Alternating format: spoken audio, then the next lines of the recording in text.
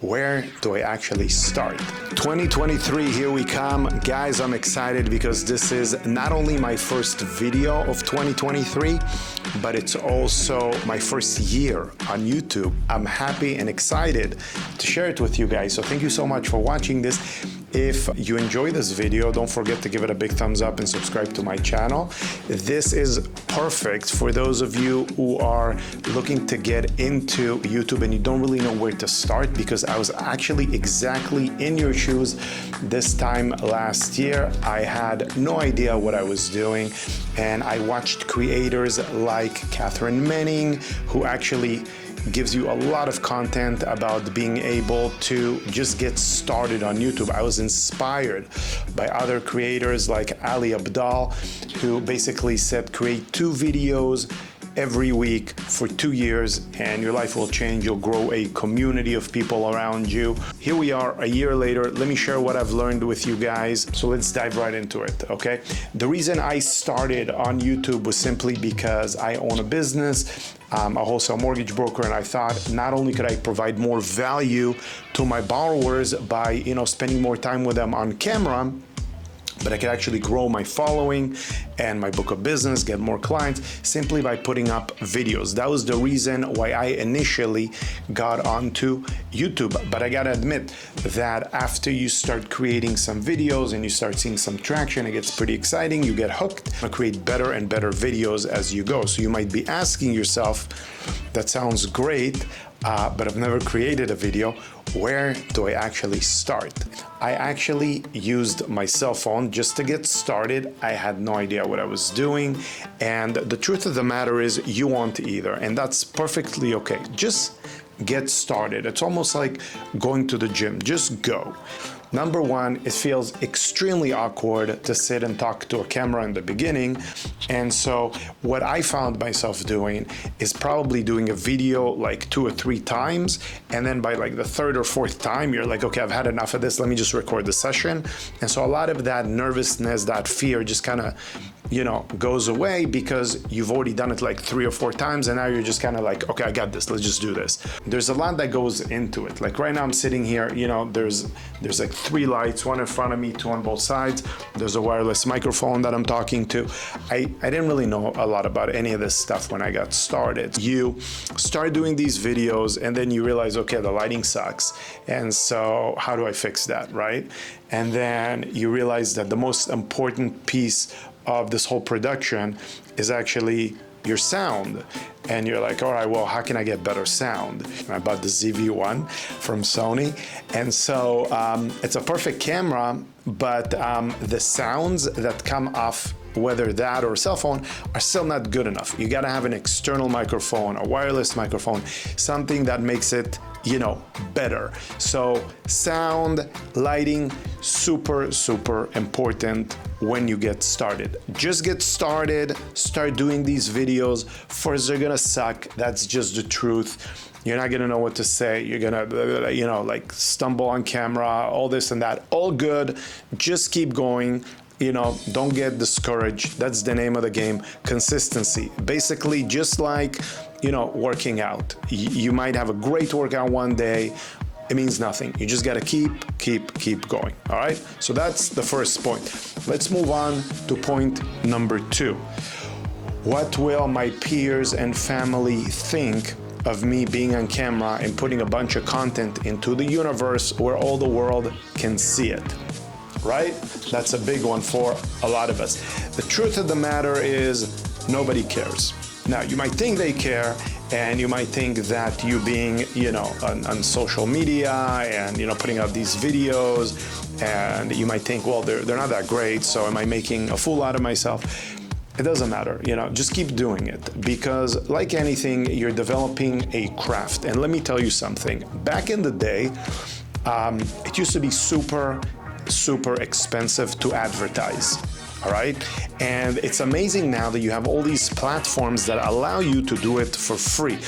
YouTube is a search engine owned by Google, right? It's the 2nd largest search engine in the world.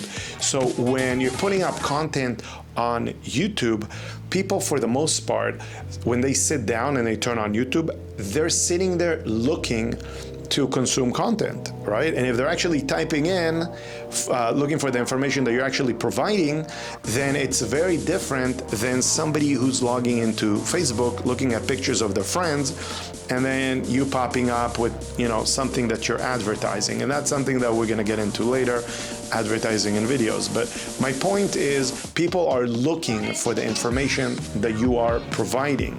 They're actually typing for it, and if your content comes up and it's good and you're engaging your audience, then you've got a winning channel. Now, there's a big difference, which is now something that I want to get into, which is number 3, right? Number 3 is, what am I going to be talking about? Well, there's, YouTube runs off of 2 different channels, and I'll explain to you both of them. The first one is when you talk about something that you're an expert in, This might be something that, you do professionally. This might be a business that you're trying to grow.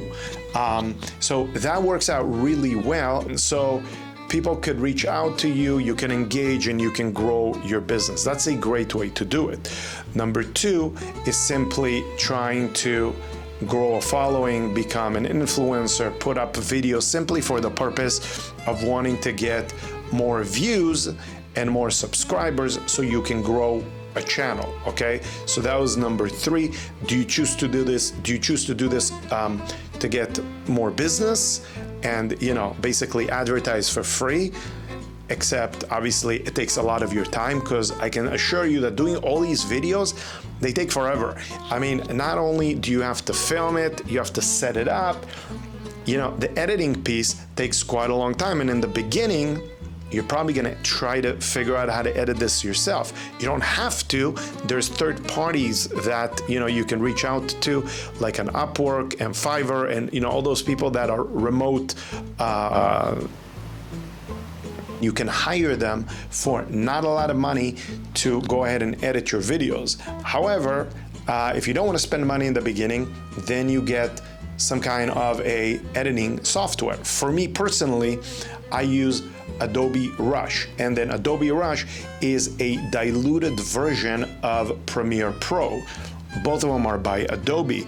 And then what that does is basically allows me to take the footage, chop it and dice it, make it the way I want it. Now, depending on what you're doing, if you're doing long form content like this, then you're probably gonna have less edits than if you do like short form content, which is like shorts. And those are only up to 60 seconds. Next, let's talk about number 4. Views versus retention. Now, you might be thinking to yourself, I really want to get a lot of views.